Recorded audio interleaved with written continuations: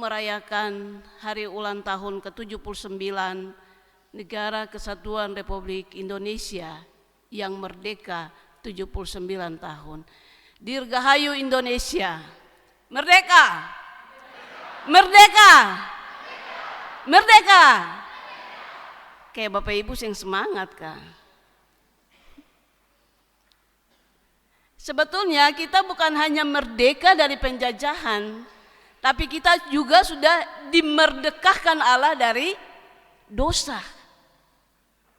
Kemarin kalau ada yang ikut ibadah atau ada yang pergi ibadah penurunan bendera, upacara penurunan bendera, jadi tidak bisa ikut ibadah. Tapi inti dari refleksi kita kemarin dalam merayakan hari ulang tahun kemerdekaan Indonesia yang ke-79 adalah jangan lagi berbuat dosa. Sebab kita telah dimerdekahkan. Bukan kita merdeka dari dosa, tapi kita dimerdekahkan. Artinya ada yang memberikan kemerdekaan itu kepada kita. Artinya kemerdekaan dari dosa itu adalah anugerah Allah yang Allah berikan melalui pengorbanan Yesus Kristus. Indonesia juga merdeka melalui perjuangan para pahlawan kita.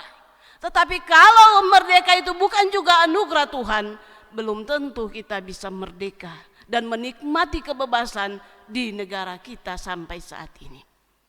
Beta mau tanya dulu, Bapak Ibu jujur bilang, katong sudah merdeka kah belum? Sudah? Ya. Yang kita rasakan dalam kehidupan berbangsa dan bernegara, betul kita sudah merdeka? Sudah. Tapi cuma satu suara yang dengan tegas, yang lain tidak. Masih ragu-ragu kan? Yang kita rasakan ini merdeka atau tidak?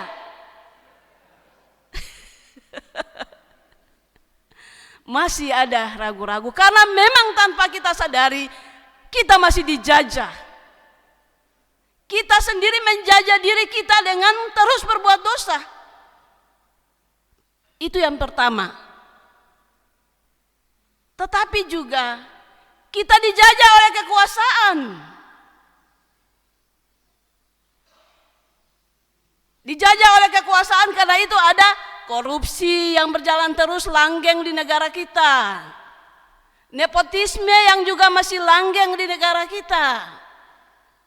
Sehingga ada yang merasa nyaman dengan kondisi ini dalam menikmati kehidupan di negara yang sudah merdeka.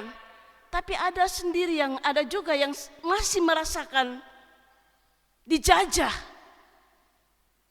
Dan penjajahan ini dalam berbagai bentuk. Tapi sebagai orang percaya, kita semua harus menyadari bahwa kita sendiri sampai saat ini masih dijajah oleh dosa. Karena kita belum bisa mampu keluar dari penjajahan ini. Dosa masih membelenggu kehidupan kita.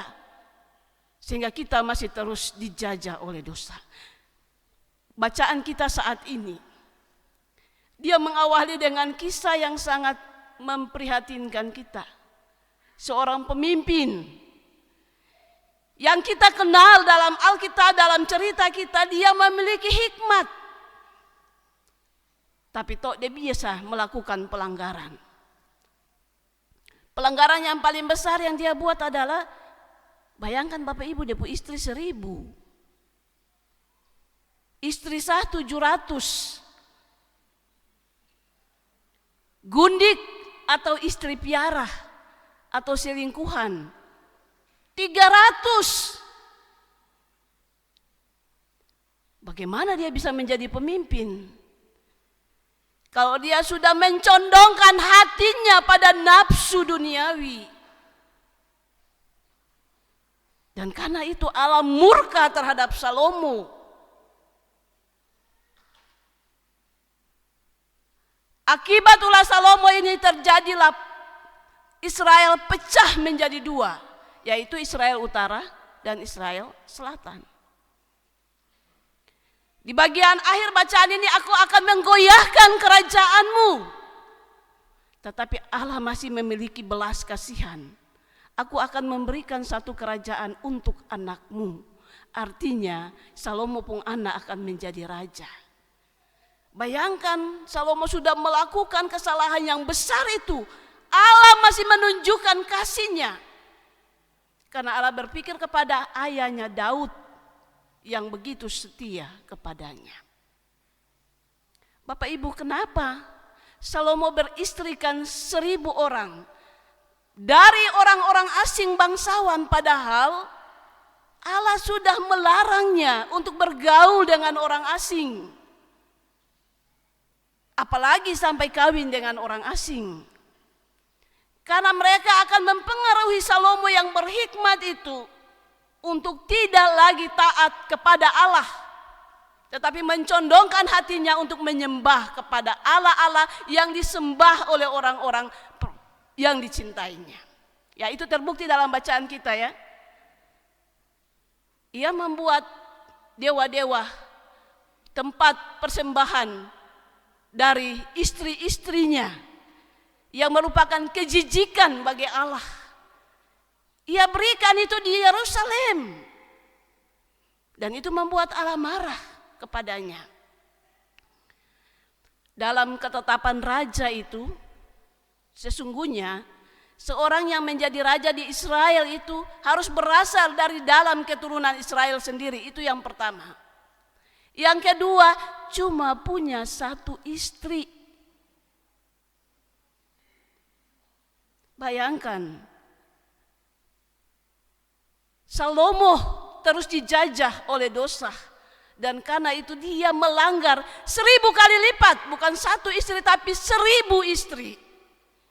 Istri yang sah 700. Dan istri yang tidak sah, yang tidak dinikahkan, selingkuhan, istri piaraan, berjumlah 300 orang. Siapa yang bisa sama seperti Salomo? Bu Hani? Tolak dalam nama Yesus.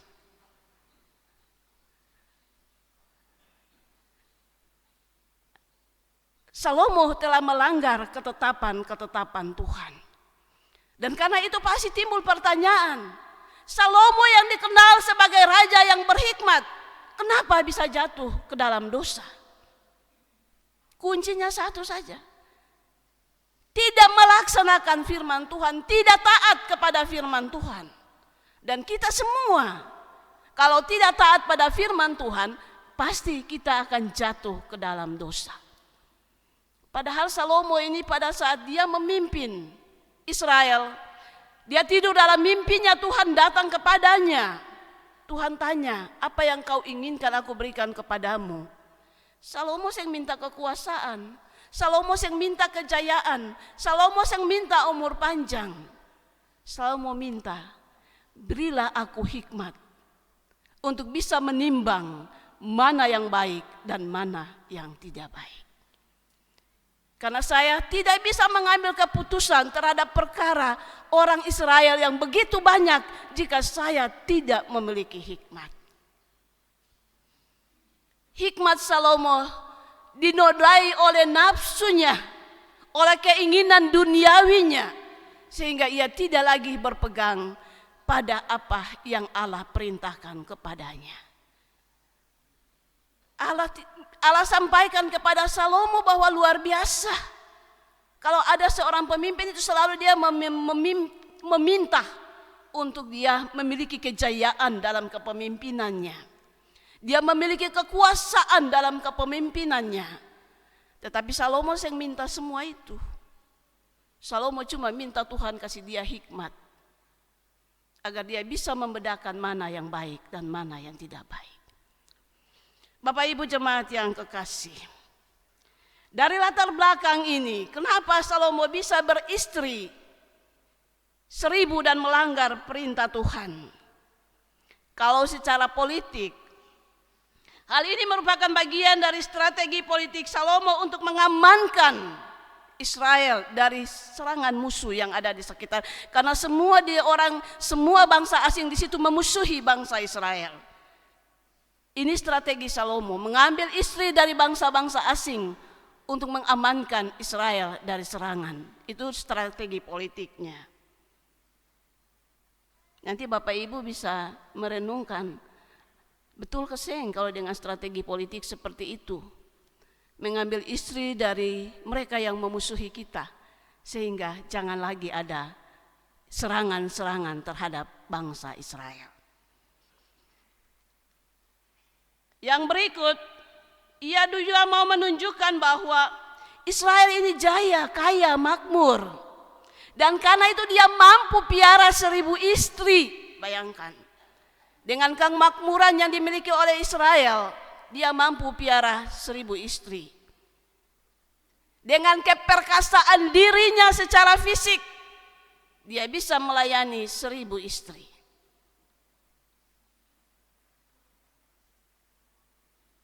Namun dari sisi religius, dari sisi rohani, sangat bertentangan.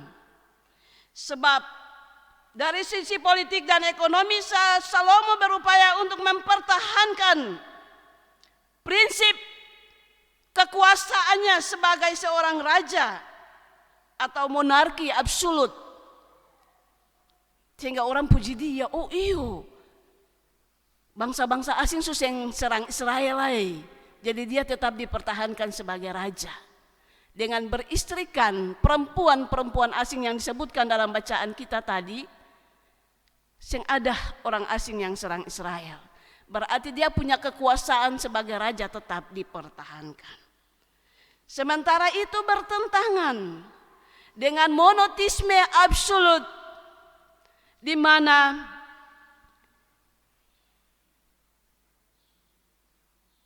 Salomo telah melakukan penyimpangan terhadap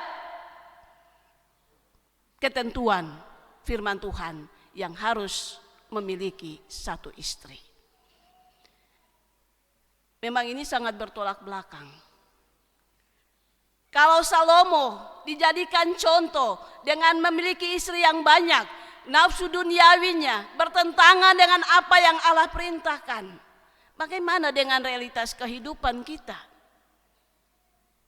Nafsu-nafsu duniawi yang lainnya, nafsu kekuasaan, nafsu jabatan, nafsu harta kekayaan, dan nafsu-nafsu duniawi lainnya yang membuat kita pasti tidak taat kepada Allah dan membuat kita jatuh ke dalam dosa. Dan karena itu awal tadi saya bilang, kita semua ini masih dijajah oleh satu kekuatan besar yang tidak mampu kita lawan, baik secara pribadi maupun dalam persekutuan kita, yaitu dosa.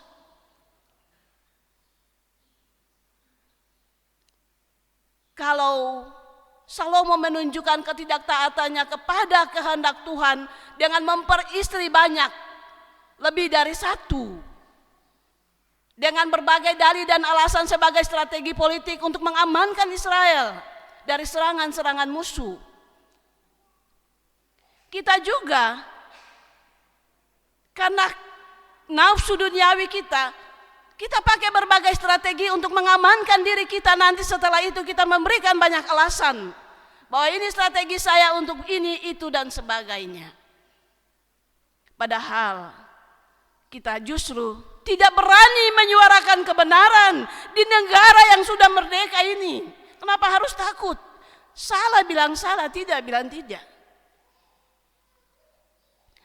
Jangan takut berkata tidak, karena nanti kedudukan goyah. Jangan takut berkata tidak, karena nanti kekuasaannya dicabut. Kita harus berani berkata tidak kepada yang salah, dan berani berkata ya kepada yang benar. Jangan mencondongkan hati kita kepada Allah-Allah lain. Allah-Allah lain yang dimaksudkan di sini, ya bukan ketong seperti Salomo lalu mengikuti istri-istri mereka, lalu membuat patung menyerupai dewi yang disembah, lalu membawa korban-korban persembahan kita kepada mereka. Jangan juga kita diperhamba. Firman Tuhan kemarin, jangan kita diperhamba oleh tuan-tuan kita yang sudah kita tahu dia tidak melakukan kebenaran. Jangan kita diperhamba. Kalau kita diperhamba kepada dengan tuan-tuan kita yang tidak melakukan kebenaran, maka kita juga akan jatuh ke dalam dosa. Dan kita terus dijajah oleh dosa. Kita diperhamba hanya kepada satu Tuhan kita, yaitu Allah. Sehingga kita mampu melakukan kebenaran-kebenaran, menunjukkan karakter hidup orang benar yang sesungguhnya di tengah tantangan zaman saat ini. Tema kita saat ini, condongkanlah hatimu kepada Allah. Hati-hati Bapak Ibu. Kisah Salomo mengingatkan kita semua, jangan sampai hati kita ini dicondongkan kepada Allah lain. Karena berbagai nafsu dan keinginan diri, karena berbagai nafsu dan keinginan duniawi, kita condongkan hati kita kepada Allah lain. Dan kita tinggalkan Allah yang kita imani. Allah yang telah memerdekakan kita, baik dari kuasa dosa maupun juga dari kekuatan negara-negara adik kuasa. Bapak Ibu jemaatku yang dikasihi oleh Tuhan kita Yesus Kristus. Mari kita merefleksikan perjalanan hidup kita dalam tugas dan pengabdian kita. Banyak kali kita kecewa, jujur. Baik di dalam keluarga, di dalam jemaat, di dalam masyarakat, di tempat kita bekerja. Karena praktek-praktek ketidakadilan yang kita rasakan. Kalau kotong yang diperlakukan adil itu sumerdeka kah belum? Belum. Kita masih dijajah. Dan karena itu kita harus bersuara kalau kita diperlakukan tidak adil. Karena negara ini sudah merdeka 79 tahun. Tapi kalau kita takut menyuarakan kebenaran di tengah negara yang sudah merdeka ini, maka kita akan terus dijajah oleh kekuasaan, dijajah oleh jabatan, dijajah oleh berbagai kepentingan. Dan karena itu Bapak Ibu, Salomo memberikan contoh bagi kita dalam persiapan kita memasuki pemilihan penatua dan diaken. Tetapi juga pemilihan kepala daerah, baik di Provinsi Maluku, Kabupaten Maluku Tenggara maupun Kota Tua. Pilihlah pemimpin yang takut kepada Allah, yang hanya mencondongkan hatinya kepada Allah. Tidak mencondongkan hatinya kepada nafsu-nafsu duniawi. Tidak mencondongkan hatinya kepada Allah lain. Jangan karena uang, jangan karena jabatan, jangan karena kekuasaan. Katong su tahu ini, calon ini mencondongkan hati kepada dunia, mencondongkan hati kepada kekuasaan, mencondongkan hati kepada jabatan dan sebagainya. Tapi karena kita juga mencondongkan hati yang sama, akhirnya kita mendukung juga calon yang mencondongkan hati kepada nafsu-nafsu duniawi. Dan pada akhirnya apa yang terjadi?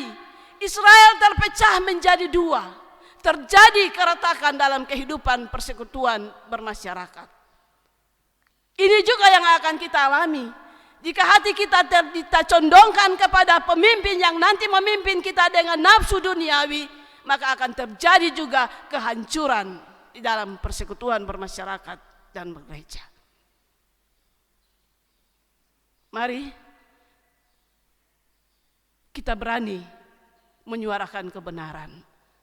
Kita buktikan kepada dunia ini bahwa hati kita hanya dicondongkan kepada Allah yang menganugerahkan kehidupan bagi kita. Hati kita condongkan kepada Allah yang memberikan jabatan dan kedudukan ini kepada kita. Hati ini hanya kita condongkan kepada Allah yang menganugerahkan kemerdekaan ini kepada kita.